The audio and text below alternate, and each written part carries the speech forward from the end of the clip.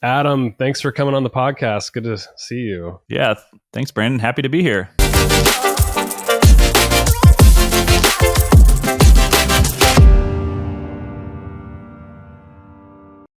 And you're a fellow podcaster as well. How long have you been running your show? Well, I host the HR Superstars podcast, and I'm about a year in, so not quite as tenured as you. You're like the OG in the HR podcasting space, but I love There's it. always room for more. Yeah. Okay. Well, I'm good. glad you're Thanks for podcasting. welcoming me into the club. I've noticed. I was looking at some of your show and your episodes, and we've interviewed some of the same people. I'm curious, what are some of your favorite guests that you've had so far, or maybe even topics if you want to drill down there. Yeah. Well, I think big picture topic for me and like what the whole purpose of the show is really to help usher HR leader. The HR industry is just changing so fast right now, Absolutely. from administrative function to a strategic function, from reactive to proactive, from gut feel to proven metrics. And what I really want to do, I guess there's two kind of goals with it, but one is really to guide people on that journey of how to become a strategic leader and how to take the HR function and kind of get the credibility it deserves with the executive team, and how to kind of do the leading edge aspects of HR. So think like culture activation, leadership development, operationalizing through your managers, that sort of thing. And then the other just can't, I've been a chief people officer. I was a founder of my own company that did employee engagement. And I realized that throughout that time, I had so many conversations with guests, or not with guests, but just with like the very best HR leaders, just by myself, and nobody else heard them. And I was like, instead of doing that, I'm just going to press record and open it up to the world. So, because everybody should have access to high quality, people who are doing like leading edge work. I so agree. So I appreciate what you're doing, especially as a chief people officer. I mean, you're probably well connected and just have seen how the industry's changed. And I want to get into that because if you've observed this shift in HR people from like compliance and legal and benefit, like the very tactical side of HR, to more of like culture activation and really like people growth. What's like why is that happening? Yeah. Well, I think it's happening because the needs of the workforce have changed around it. And so HR was originally built to map to the needs of the workforce. So if you think industrial revolution, people stayed at their jobs for 40 years. And what they cared about was compensation, benefits, stability. And so HR function was really built around that. Let's do payroll. Let's keep the business protected and safe. And let's make sure people have good benefits. And it was like, that was it. But then things like COVID and social unrest and millennials really changed a lot of HR because what they valued started to not just change like how companies had to act toward millennials. It changed how companies had to act toward everyone. People started caring about authentic leadership and, do I work for a company that has a meaning that matters to me? And then Gen Z now enters the workforce, and things like flexibility and balance are coming in. And so HR is typically just in a response to the values of the workforce.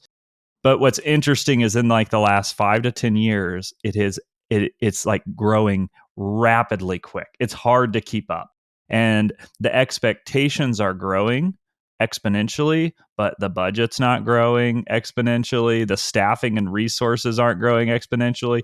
They typically don't take away the old job functions that they used to have in the old era. And so there's a ton of pressure on HR leaders right now to like, how do they thrive in that environment? And that's really the spirit of what I try to do, is try to kind of reimagine what HR could be inside of an organization. Well, here's a wild question for you. What's more important to people, especially as things have evolved? Is it compensation or culture? If you had to pick one of those. What's interesting is like I have a book called Lead Like a Human, and I wrote it now it's been like 3 years ago, 2.5 years. And it's always interesting. You like write a book and then it's like, it exists in the world, but the world keeps moving. And like at that time, I would have told you 100% culture. Like there was just a general movement of people saying, I want to do work that what I didn't realize at the time was it was at the tail end of that movement. I still think culture really does matter. Yeah. But no doubt compensation, with how inflation and I think Gen Z's reorientation toward work and how that's influencing all of us to say, well, actually, I just want work to kind of be work a little bit too. And I want to make sure that I'm like able to function in society. And so I don't, boy, if I had to pick one, I still, it's the thing is, compensation is just a practical reality. So in this moment, I'm going to say compensation and I think it's the right yeah. call. Just because it's a foundational need. Yeah, You know, it's a foundational need, exactly. If we don't have that, then how do you enjoy the culture and enjoy life? And like, there's a ripple effect to not having adequate compensation. So I would probably say the same thing. Yeah. Now that being said, and having interviewed, gosh, who knows how many people over my career, I cannot tell you how many people I've interviewed who've worked at huge companies, who've made amazing salaries, who you would think would be like the envy of everyone. And like, they've got it, they've made it, and they are absolutely miserable. Like it's like as if they're doing the most soul crushing work you can imagine. And so it speaks to like, there's a balance there. Like, it's just still create an environment where people want to show up and be their best, and like where they actually are proud of the work they do. And it's still, you can't take it for granted either.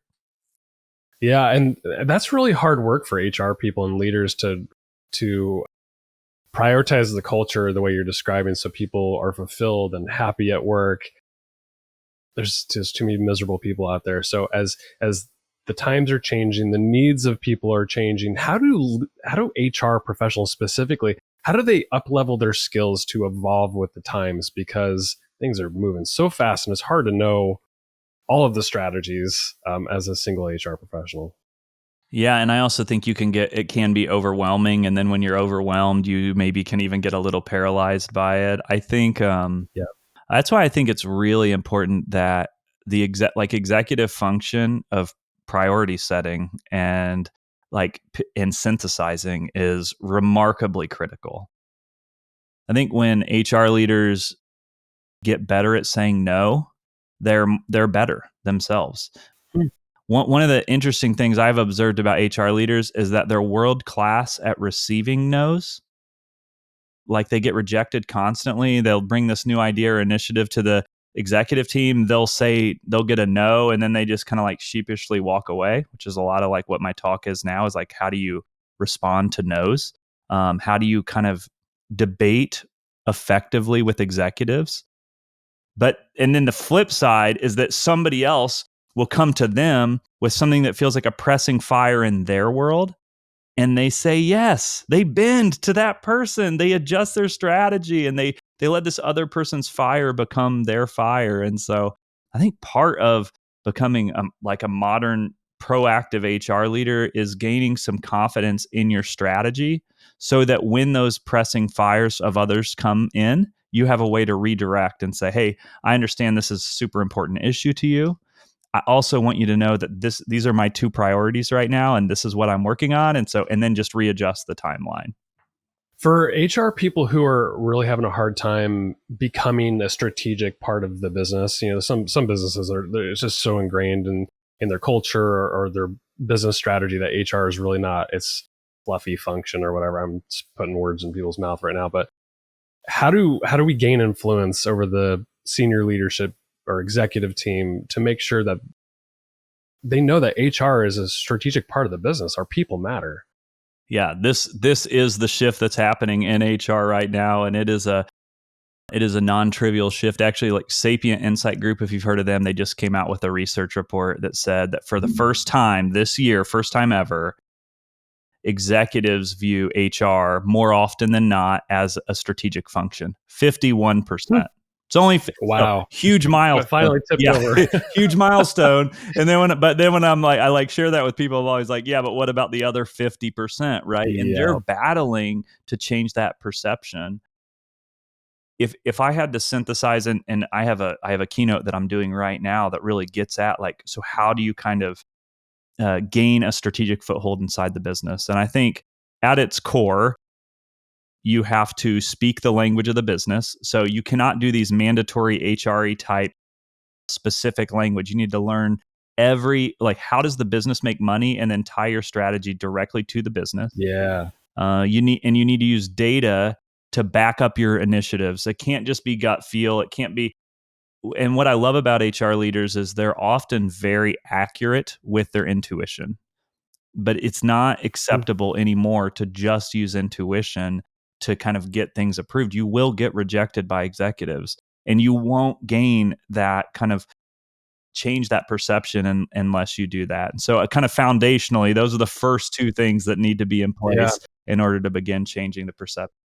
In the data side too, like there's no excuse anymore. Like the tools that HR people now have, data's at your fingertips. So like being able to synthesize that data and bring that to the executive team about, why we might change a strategy or why we need to invest in a new strategy. I mean, it's founded on data. Like we have it. Yeah, so we have why not exactly. use it? We have it, and to me, it's also, I guess, just for the listener, I don't want you to feel even more overwhelmed. That's not the spirit of what this is, because sometimes data, and I had a data HR company for a long time, like it can feel overwhelming. And so, one, finding the story in the data, like what is the data, what's the story? But then two, it's like, to me, what is HR accountable for from a business perspective? And then focus the data around that. To me, there's three big ones. One is we should be responsible for the collective employee performance of the company. And so we should have metrics that track the performance of our employees. The second is the engagement. Like, is the team motivated? Are they aligned to the goals of the company? It's quantifiable. That's the work that's spent a decade doing that.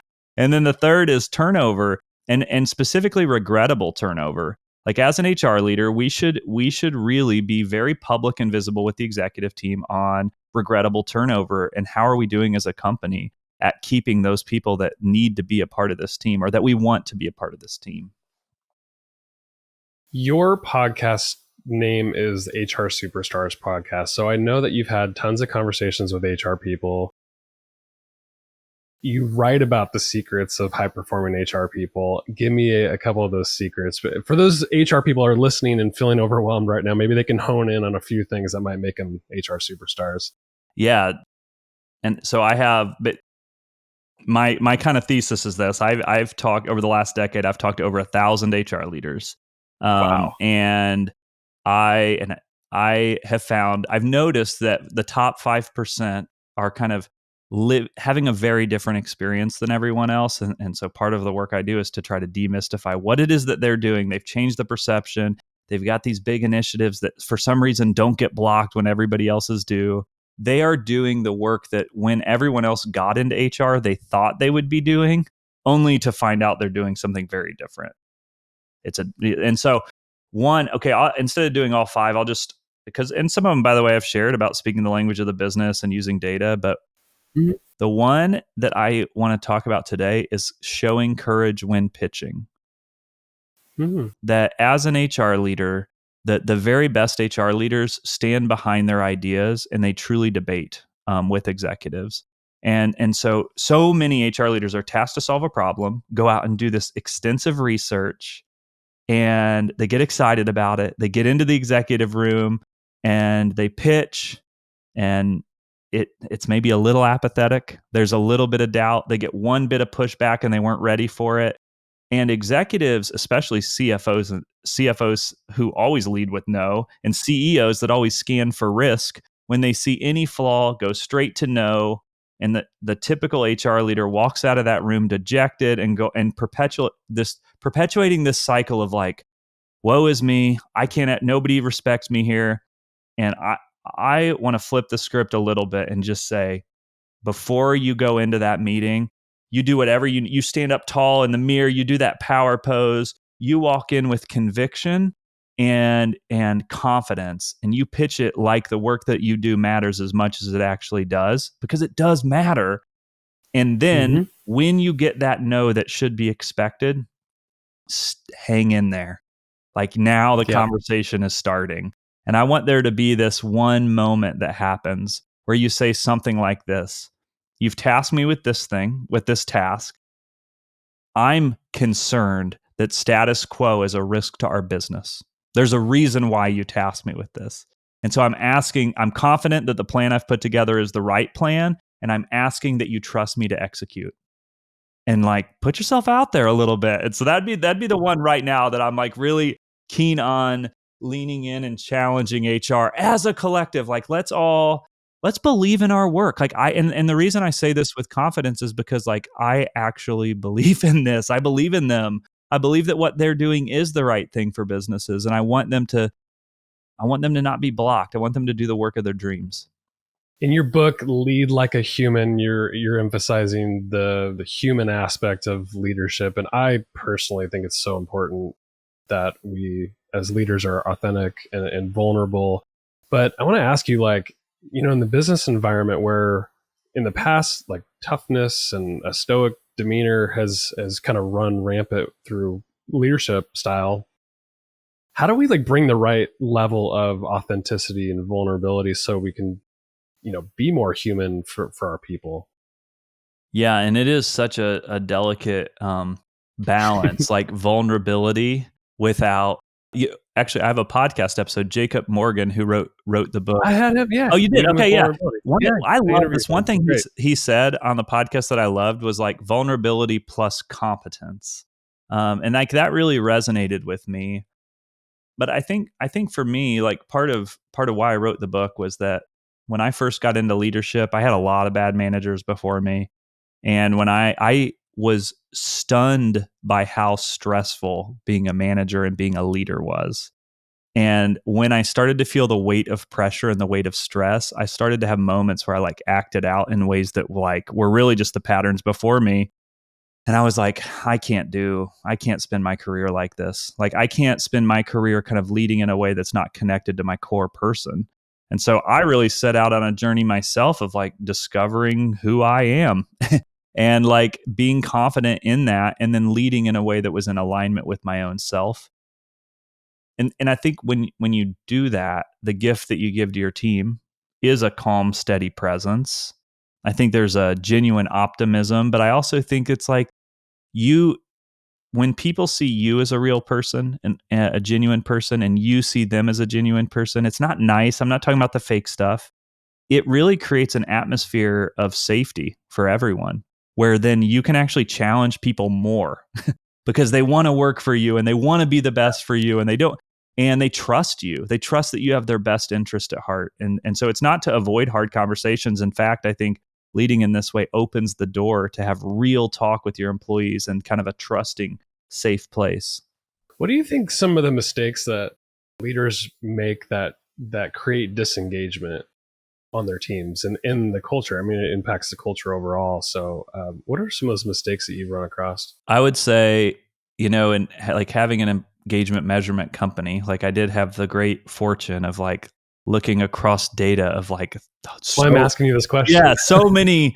And then like here are two stories. There's one story about an executive and there's one about a manager. Here's a consistent truth. A lot of times companies have an asshole on their executive team who creates a chaotic culture for everyone.